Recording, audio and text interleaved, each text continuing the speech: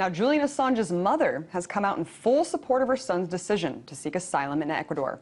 She has stated that she hopes that, quote, the third world could stand up for what's morally right when the first world cannot, because they've got their snouts in the trough of U.S. greed and big business.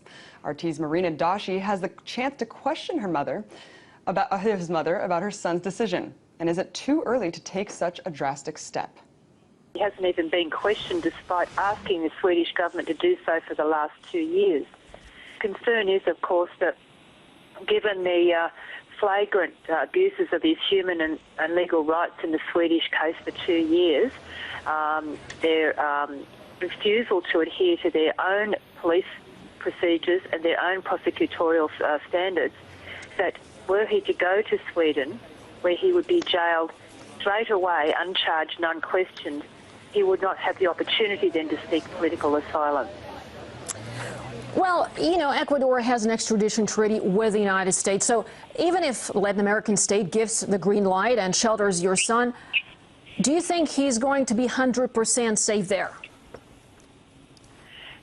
Ecuador, I believe, does have an extradition treaty, but if it's ascertained from investigation that the person seeking asylum is actually a political prisoner, then they don't hand that prisoner over. Now, this is something that all nations have signed up, many nations have signed up to, but a lot of them aren't actually acting upon it, including the UK, who should have turned down that European arrest warrant coming from Sweden, because Julian had made himself very much available for questioning Sweden, unlike what much of the mainstream media and our own Attorney General is saying to the public. He could not get the Swedes to actually question him on the second time the rape allegation was raised. First of all, it was quashed by the first time it was raised was quashed within 24 hours by the chief prosecutor of Stockholm.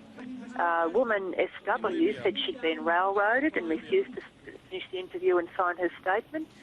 It was then resurrected within 10 days by a politician lawyer running for the election, and woman AA, who is also running for the election. She submitted a condom, which she said Julian had torn, but upon investigation by the forensic department, there was no DNA evidence. It was appealed to a radical feminist prosecutor. They shopped around till they found one, and this prosecutor upheld the appeal, and Julian was not even told about the hearing. And so these abuses of his human rights and legal rights within Sweden went on and on and on. That was Julian Assange, mother of Julian Assange, speaking with RT correspondent Marina Dashi.